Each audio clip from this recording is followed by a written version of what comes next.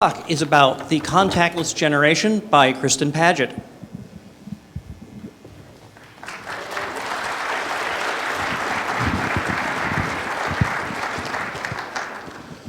Thank you. So yeah, minor correction to the printed handouts. In a few days, my name is actually officially changing to Kristen.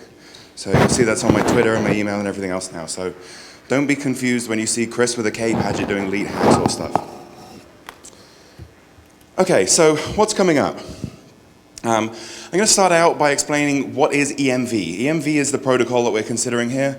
It's anytime you make any kind of contactless payment, it's all governed by EMV. I'm going to explain what it is, how it relates to NFC, chip and pin, things like this.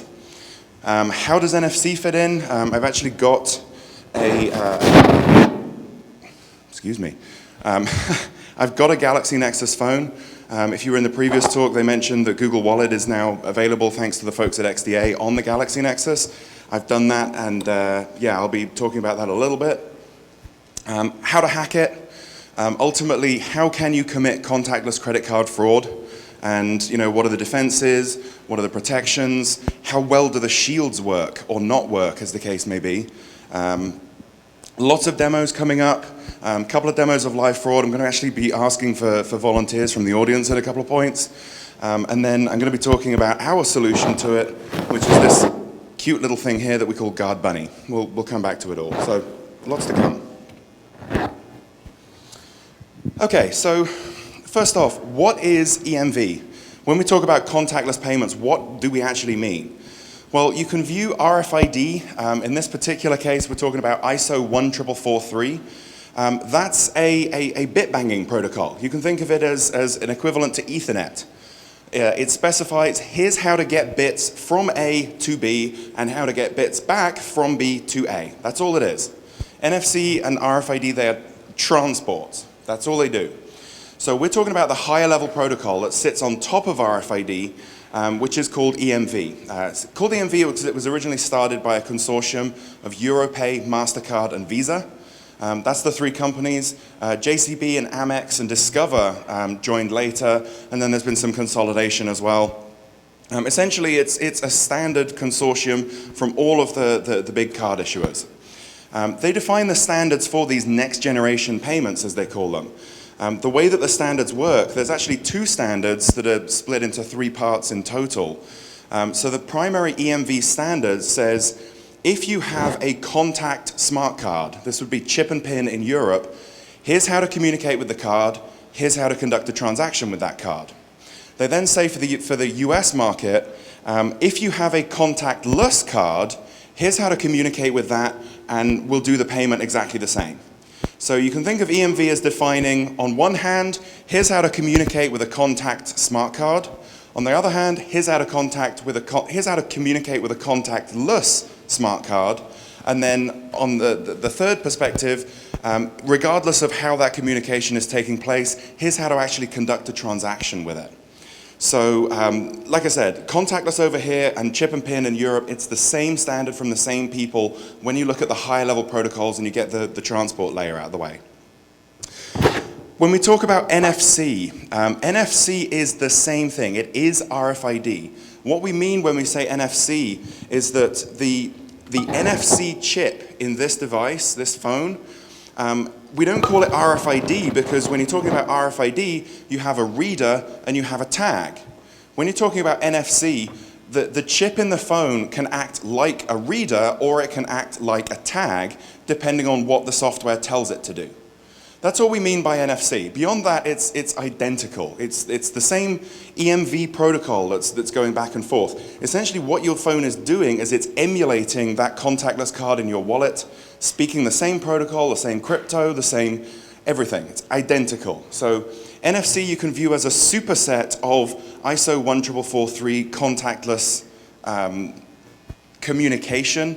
And Google Wallet you can think of as an EMV implementation for that NFC chip. So raise your hand, quick show of hands. Do you have a contactless credit card? Okay, so a few people are aware that they do. So what you might not know is that there is no universal symbol for contactless payments. The symbol at the very beginning, the waves, that's sometimes used for Wi-Fi, sometimes used for contactless.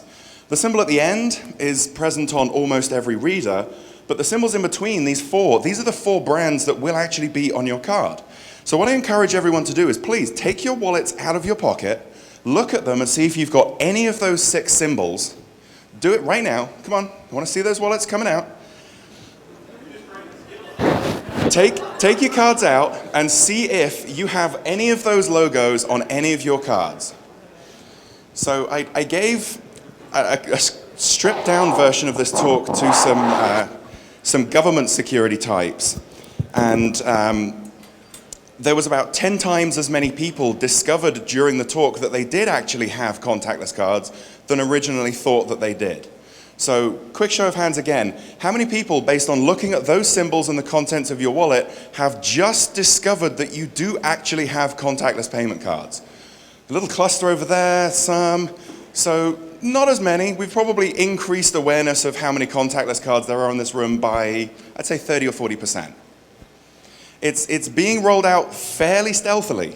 And nowhere do they use the term RFID, nowhere do they use the term contactless. It's all Visa, PayWave. So, it's whatever, it's RFID, people, get over it. So, let's talk about NFC for a second here. I mentioned that it is identical. So, I haven't looked in too much detail at Google Wallet. I believe that the keys are stored securely in the secure element, in the NFC chip in the phone. So in theory, and this is a big piece of conjecture here, in theory, it should not be possible for malware on the phone to extract the keys from NFC and clone your credit card. I guarantee that sooner or later you're going to see a presentation either here or at DEF CON where someone does do that, but in theory that is secure. So yeah, reversing the software, malware on the phone, it shouldn't allow key recovery by design. If it does, there's a problem. The NFC application on the phone must be active. Now in the case of Google Wallet, if the screen is off, NFC is off. So this is a big, big difference between NFC and a contactless card. You cannot turn off a contactless card, you can turn off NFC. Unless of course you've got a BlackBerry, in which case you can't turn off NFC, but then it doesn't support EMV anyway, so yeah, whatever, we'll figure that one out later. Another good protection with NFC, you need a PIN number to unlock it. There's no PIN number on a contactless card. You have a timeout, so after you conduct a transaction, you can say, right, stay active for 1 minute and then turn off, and then require that PIN number again before you can unlock. Essentially, it's the same protocol, but there's a bunch more security layered on top of it.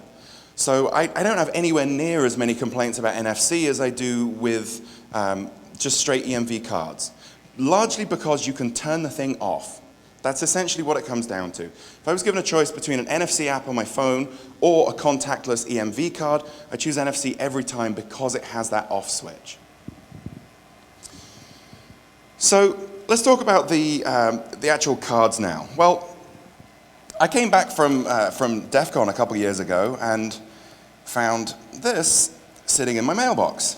Turns out that Chase had just decided to reissue every card that they'd ever issued with contactless. So this thing sat in my mailbox for a couple of weeks because I was away on business before DEF CON and all the rest of it. However, the card itself is secure. Now what do I mean by secure in this context? If you look at how much it would cost you as an attacker to extract the key out of this chip to the point where you can conduct transactions, you can do it. You can always do it. Just ask Travis Goodspeed. He decaps the chips, extracts the keys. You can always win. The point is it's going to cost you a lot of money. Depending on how good this chip is, it's going to cost you between, lower end is about $100,000, higher end could be $500,000 or up.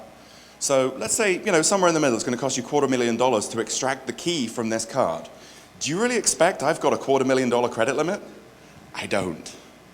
So it's not worth the attacker's while to attack this device, therefore it is secure, at least for this purpose. So the card is secure. The reader, likewise, the reader uses a secure microcontroller. It stores various EMV keys in it, primarily public keys so that it can verify the card. It is, again, a secure device. It uses a secure microcontroller. There's some reasonably strong protections in it. Well, what about the protocol that the two talk? Well, up until I met the two previous speakers, Max and Corey, I thought that protocol was secure. I might be wrong on that one. Certainly this card is capable of an immense level of security. These JCOP cards, these things run Java. No kidding, your credit cards run Java. How cool is that? They have off-board cryptographic coprocessors. So this thing even has 2 CPUs, one of which is capable of doing secure on-chip RSA key pair generation. How awesome is that? These things can do SSL. If you wanted to write an SSL application for my credit card, you could do that. These things have immense capabilities. So if there isn't protocol level security, then they're doing it wrong. Unfortunately, it appears that they are doing it wrong. We haven't confirmed all the details yet.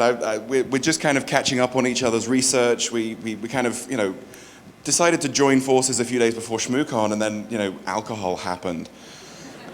So we haven't quite figured everything out. Certainly from what they're doing and from what I understand of the protocol, at least some of the data goes by in plain text. At least some of the data is unencrypted.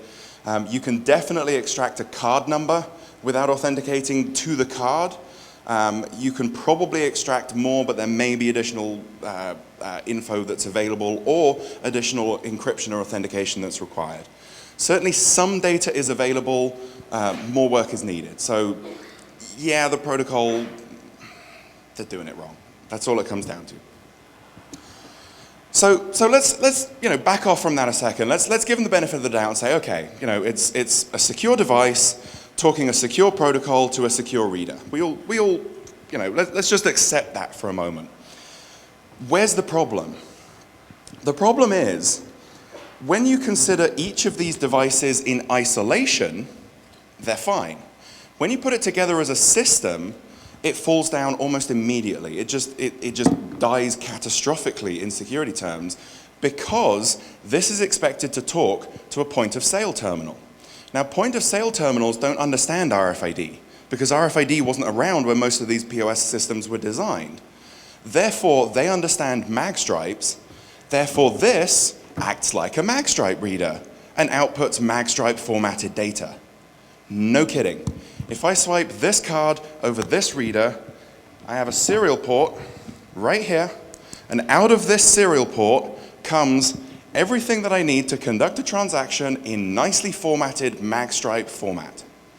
So literally, all I have to do is forget the fact that there might be security here, forget the fact that there's security here, forget the security between the two, and just spend $50 on eBay to buy my reader and let it do all of this horrible security stuff for me and look at the plain text that comes out of it by design.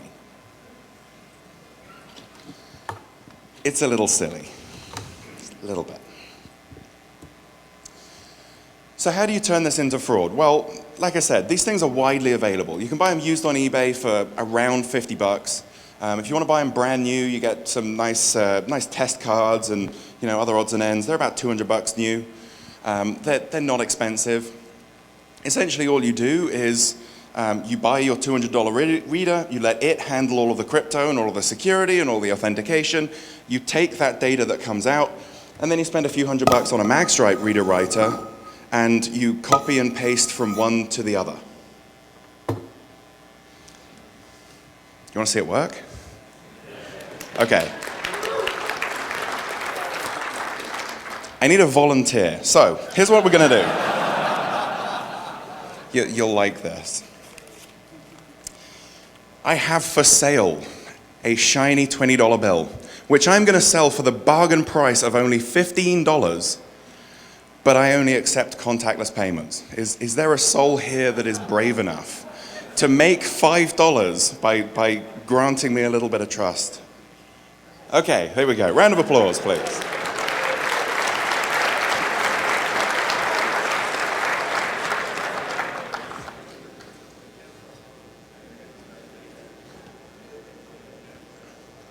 newly discovered that this card is my backup card that I never use. So. Oh, that one, yeah.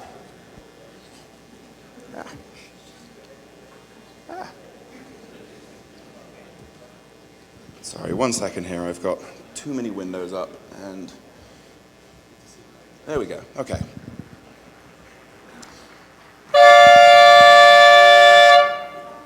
Yeah, okay, I'll get a move on. All right, so if you would be so kind as to swipe your card. Thank you. If you look at the screen, there's nothing happening. That's not a good sign. Good for me, I mean. Try it again. Trust me. Ass. Okay, these readers can be a little flaky. Corey, do you have one I can borrow? Damn it. Of course. Let me just try my test card here, make sure it's working. Nope, apparently the ShmooCon jitters are getting it. It's communicating with the reader, but the reader is just not doing what it's supposed to do. Damn you. Well, let me try turning it off and on again.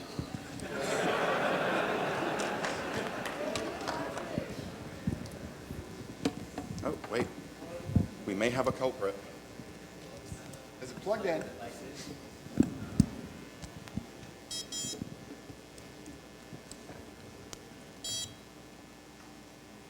Yay, now we're working.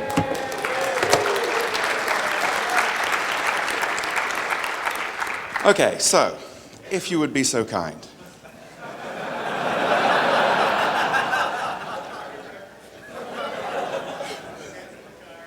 I love this just because I'm wearing a security shirt and I know my name and my expiration last four going up there and I'm calling and canceling my card over that. Welcome to my world. I cancel a card after every single contactless security talk I give. Okay, before you put your card away, if you can just check that the last 4 digits that you see on the screen are the same as the last 4 digits of your card, and the expiry date. Okay, right. Hold that thought 1 second. So, now what we need to do is come back to this window and come to the Magstripe Writer software. So this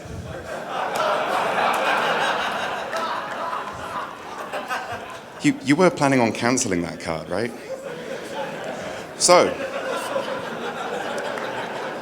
Magstripe card, success. Right, you're going to have to be my witness here. So I pull up. You guys familiar with Square, little mobile card readers? Right. So Square application. Clear that. $15. Right. Swipe the card to charge.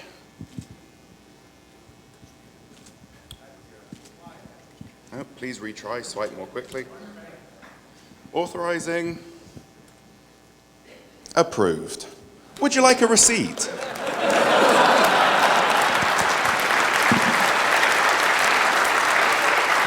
your phone number or email address in there.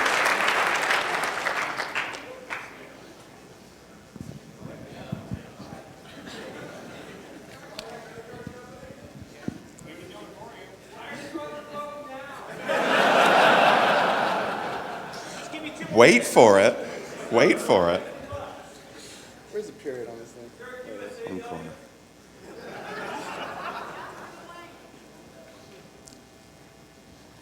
You paid $15. Thanks.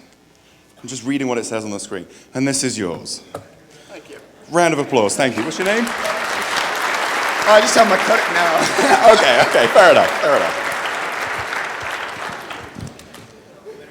Okay.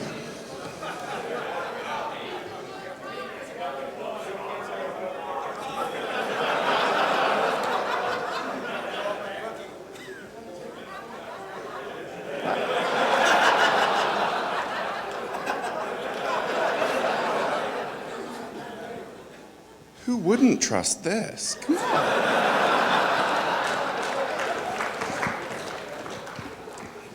So, I guess the lesson that we take away from this is, as long as the serial port is plugged in, it's really easy.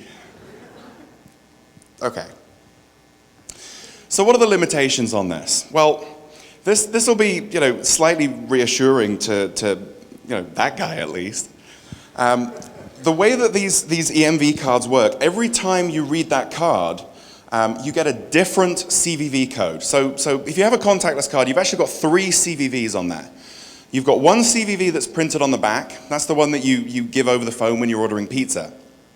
You have another that's encoded on the mag stripe, different CVV.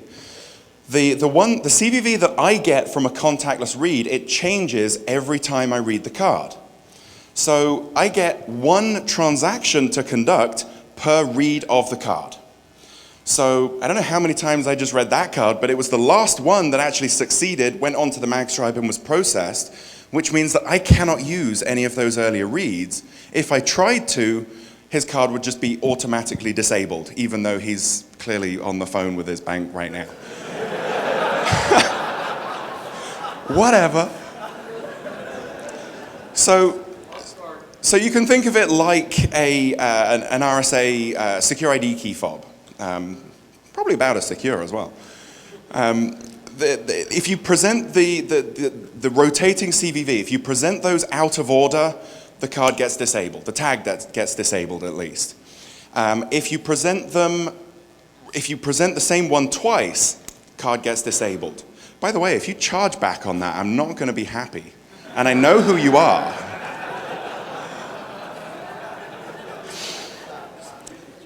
The check digits are different than the mag stripe. So, if you present a mag stripe CVV, then you're expected to know the name. The contactless interface does not give you the name. I don't know if you noticed, it just said like valued customer or some such. You do not get the cardholder's name from the RFID, from the contactless. So, yeah, okay, there's some protections on it. Another one that I actually discovered last night while I was testing, if you conduct multiple transactions worth $1 a piece from your own card going to your own Square account and into your own bank account, eventually your bank does get suspicious and start disabling things. Yeah, I've had some interesting conversations with my bank about this. No, really, it wasn't me. Anyway, the only other protection that we've seen is on American Express. American Express cards actually use a different card number entirely on the contactless than they do on the face of the card or the mag stripe. So yeah, there is some protection there. There's replay protection, there's out of order protection. Okay, fair enough. The question is, does it work? Do the protections work? Well, here's the thing.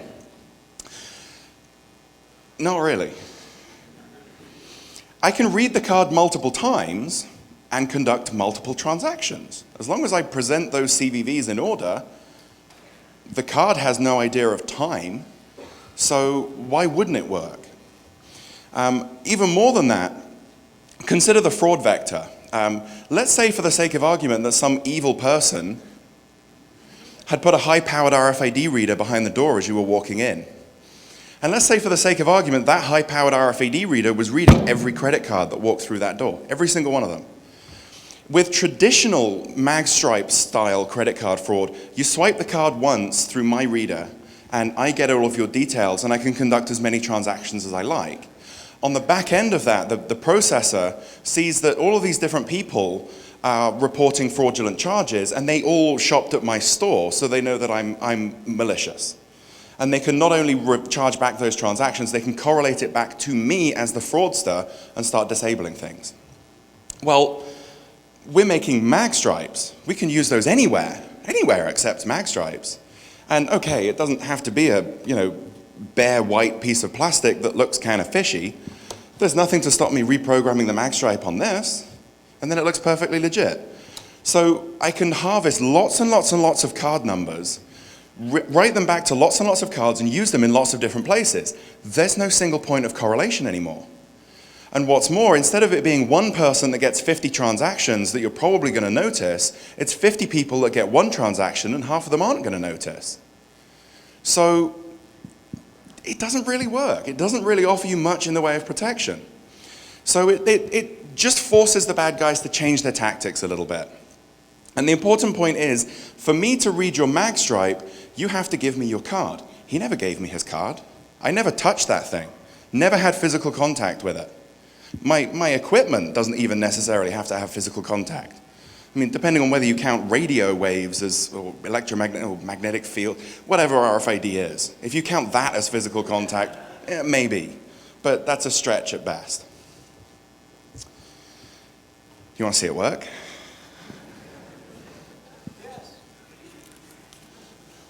Do we have a volunteer?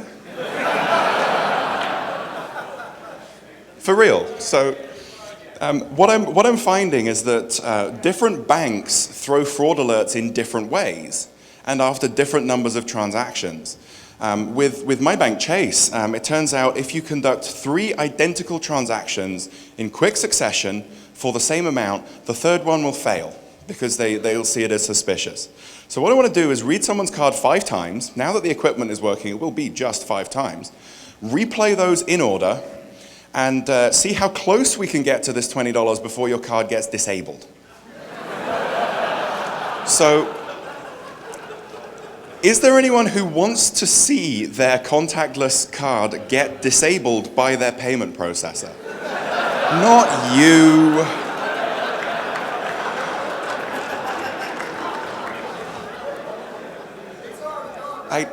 I can't do it with my card because I've already hit that point.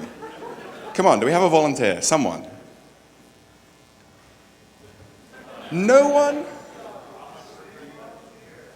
Say that again? How much are you charging per transaction? I'm not. So here's the thing. The first transaction will be $10, the second one will be $5, and then each successive one will be $1. So if they disable the second one, you get a real bargain on this $20 bill.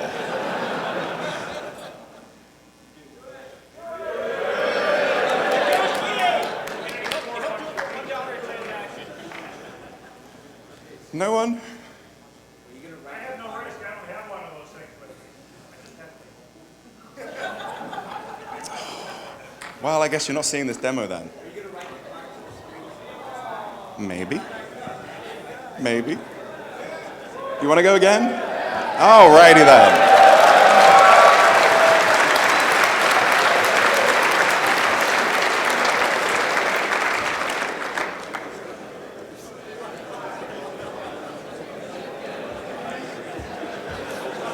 Gotta get killed anyway.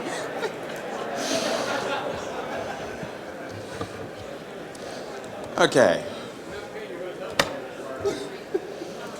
If you would be so kind as to swipe, let's go for 5 times. See how we do.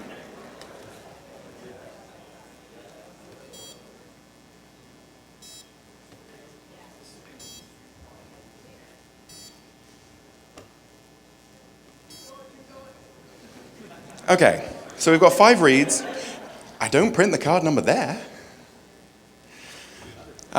So behind the scenes, it's writing this all out to a file in the same magstripe format.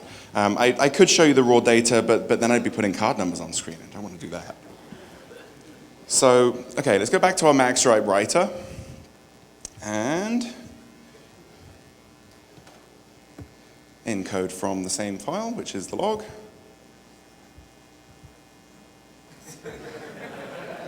This is not the card number you're looking for. Okay. Let's see how well we do here. Okay, so transaction 1. Card written. $10.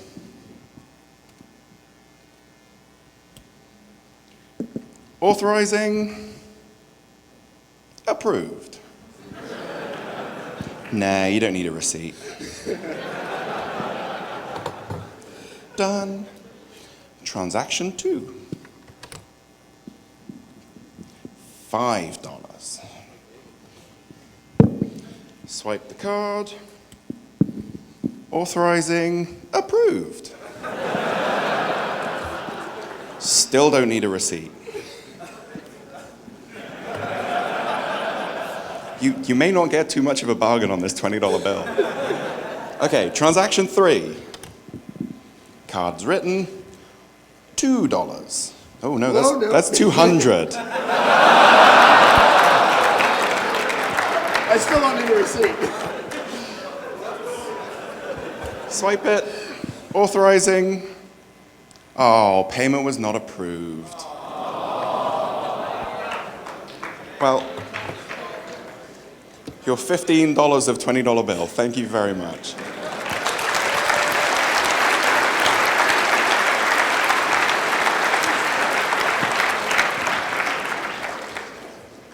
If your bank is anything like mine, expect an email in about the next 5 minutes going, would you like this merchant to go to jail?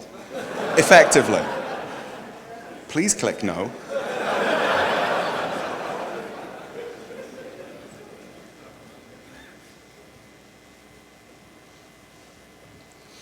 Okay, so you get the gist of it. If I read the card multiple times, I can write multiple mag stripes. As long as I write them out in sequence, I can conduct multiple transactions. Arguably, I conducted 3 in a row there because, it was the same guy. I got 3 transactions, the 4th was rejected.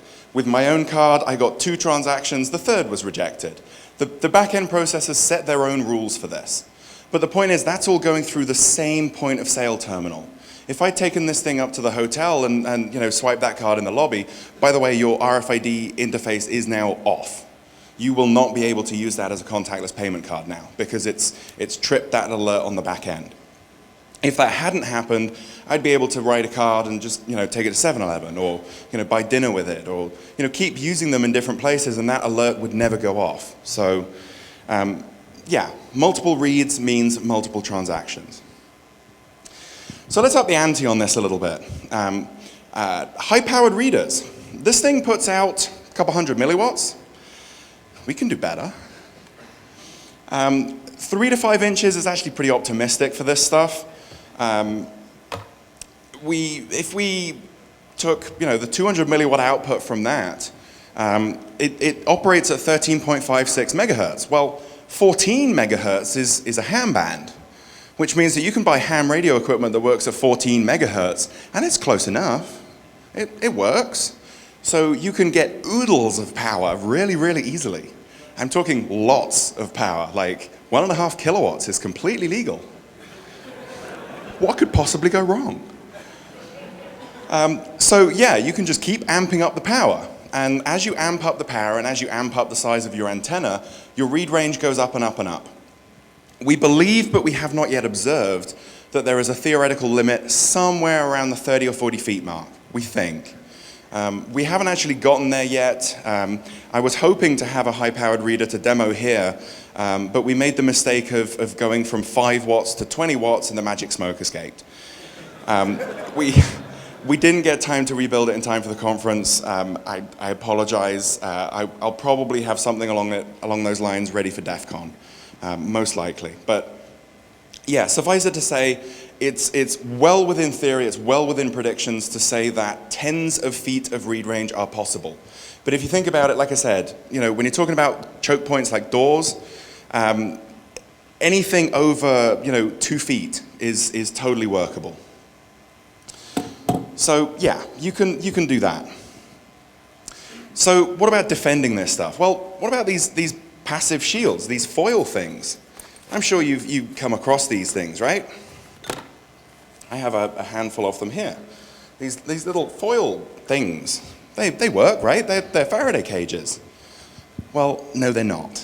Anyone who calls this a Faraday cage is an idiot. And you have my permission to slap them. The difference between this and a Faraday cage is that a Faraday cage is grounded. What that means is, as the energy is coming into this will develop a charge. Some of that charge will leak through into the card. If the thing is grounded, that charge dissipates to ground. There is no overall net charge on the device, so nothing gets through to the device inside it. So yeah, this is not a Faraday cage. This reduces the strength of the signal, it does not block it. Therefore, it does not block high-powered readers if you have a high enough powered reader. So we actually got hold of a bunch of these, different foils, different wallets. Some of them are vendors that you've probably seen at places like ShmooCon. We got hold of these, we rented out an anechoic RF chamber, and we tested them. The results are coming up in a sec, but the point is, the standard that all of these comply to, in fact, this very one, this one doesn't say it's FIPS 201 approved. A lot of them say they're FIPS 201 approved. What FIPS 201 says is it's all about the cards. And for the shields, they just say it stops it reading.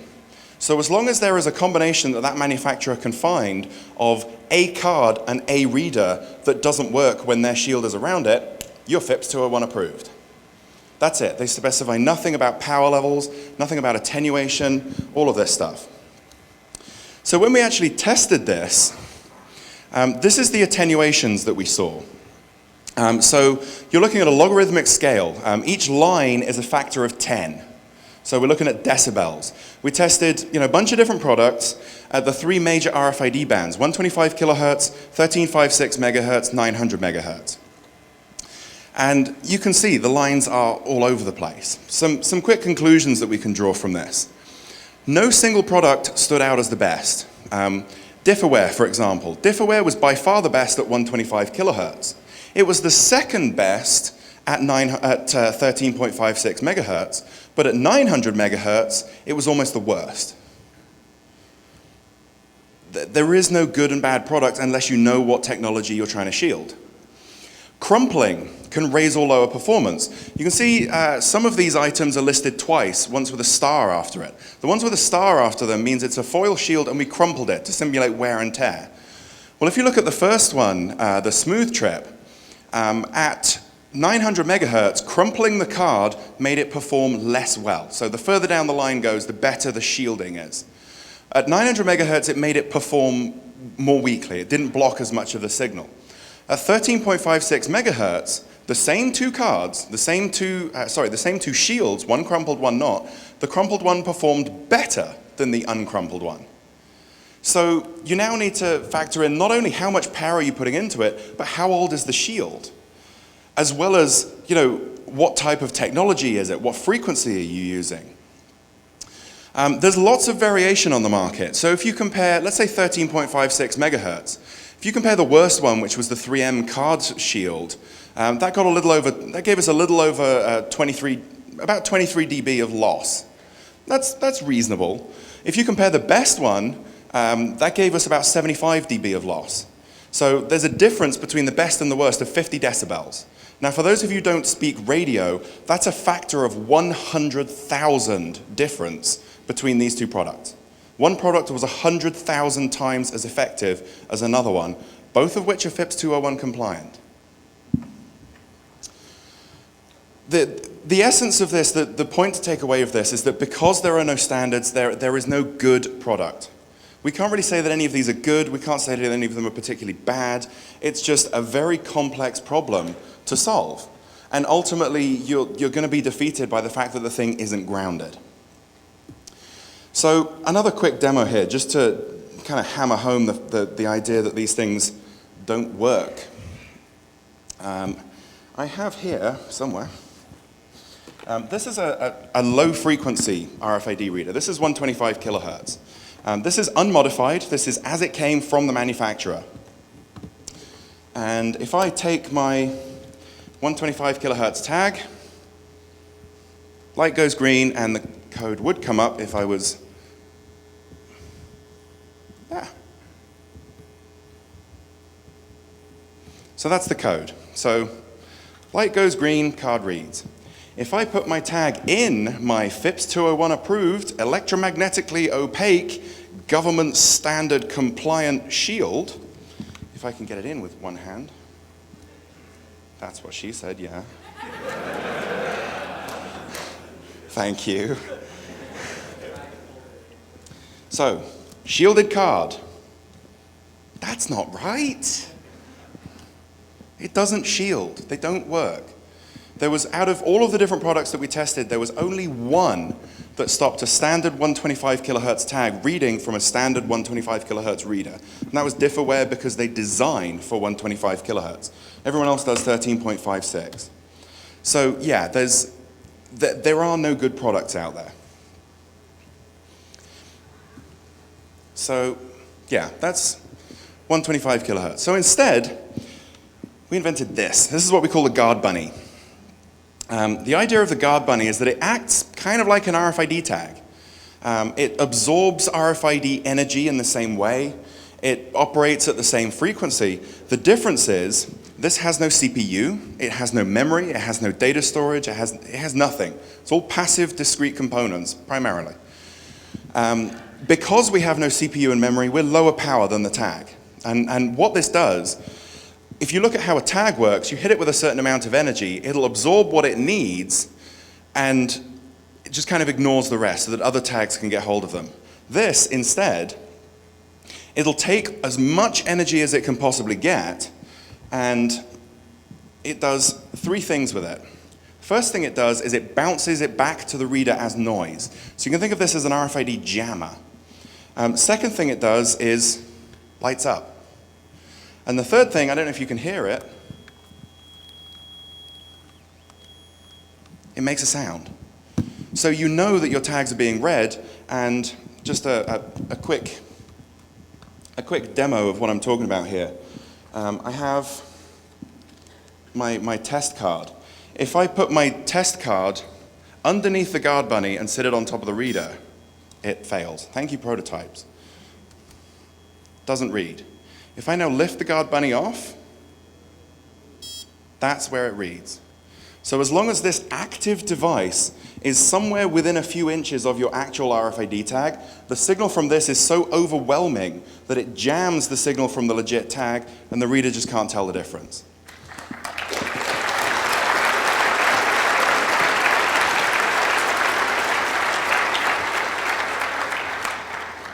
Is it perfect? No, it's not. If I had to design a reader that would defeat Guard Bunny, is it possible? Yes, I could do it. Is it better than every passive shield on the market? We think so. When can you have one? At the moment, you can't. These prototypes, they cost more to make than you would want to spend on them, I guarantee it. We're trying to commercialize it at the moment. We're getting it all down to an ASIC. The problem is that when you want to do a run of chips on a fab, you're looking at least 6 to 9 months of lead time. And it's not one of these problems where if you double the money going in, you can halve the time. It doesn't work like that. So, if anyone does know of fabs, we're finding fabs all over the place in all kinds of surprising companies. If anyone does have a fab that they want to loan us to do a prototype run or production run, please get in touch. We're happy to talk to folks about it. We hope to have it on the market soon. So that's it. Any questions? Thank you.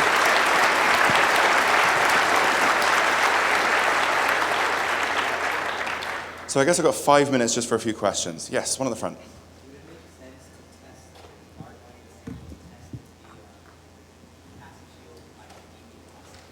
So the question was, would it make sense to test the Guard Bunny the same way as we tested the shields? No, it wouldn't.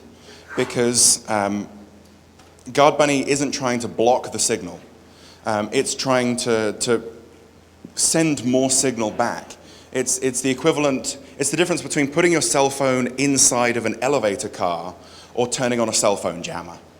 It's two totally different approaches that they can't be compared directly. Yes?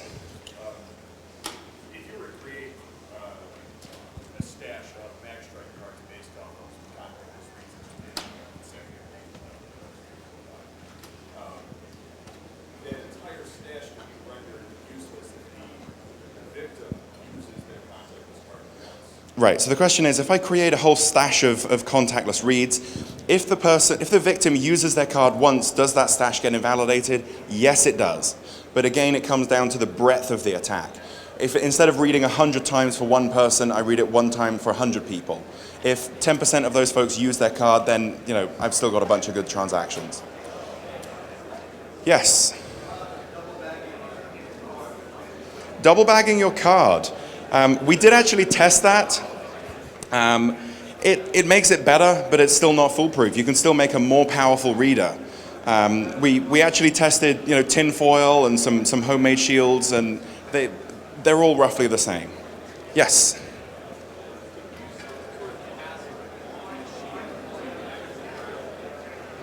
Could you use a capacitor on the shield to act as a ground? Not really. It has to be an actual ground connection, because you have to have a circuit. Say what? Right, but you're talking about needing a DC ground for... Okay, right. Yes, front row.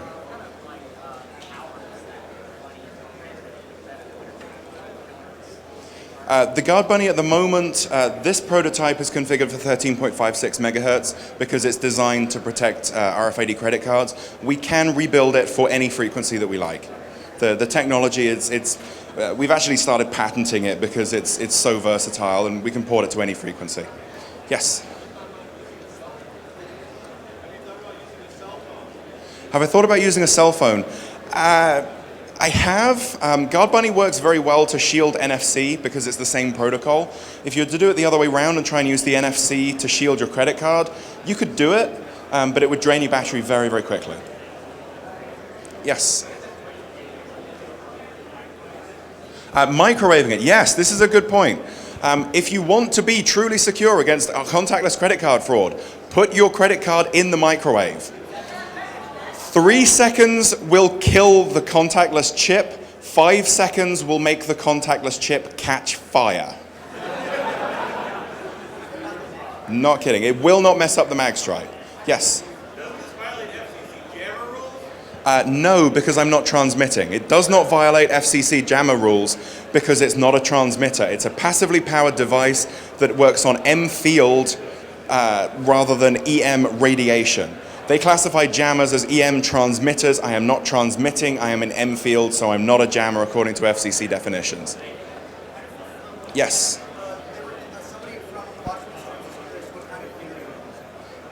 It's a VivoPay 4500 from a company called Vivo Tech. Say again? Passports. The actual US passport, in fact, uses exactly the same chip at the same frequency that contactless credit cards do. So it's exactly the same issues, same read range gains, same benefit from Guard Bunny, same problems with shielding. Yes?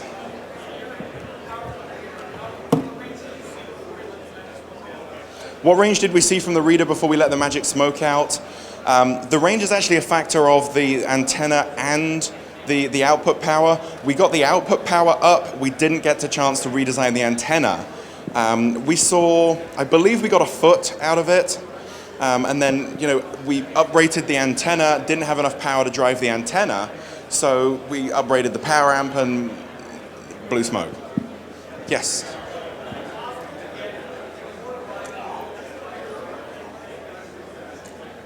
So would you be able to use a bunch of old expired cards to act as a shield for a current card? No, it wouldn't. They have a very effective anti-collision protocol. So they will only speak one after the other and they'll be queried in sequence. They will all be read. With this, not with this particular reader, but it's certainly possible to take a bag full of these tags and throw it through the RFID field of a reader, and all of the bags in that tag will be read.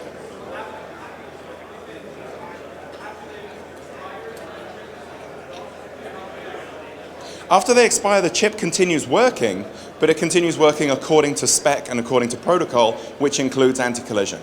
So you'll just get expired information out of it. Yes?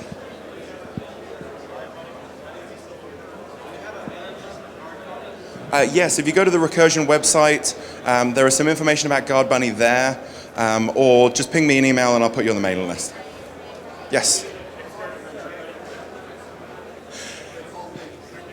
Fraud prevention called him.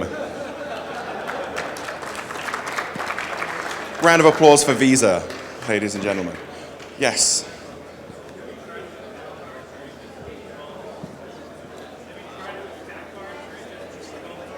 Have I tried with CAC or HSPD12? No, I haven't. But it should work for anything that is governed by the ISO 14443 or ISO 15693 standards, which is a lot.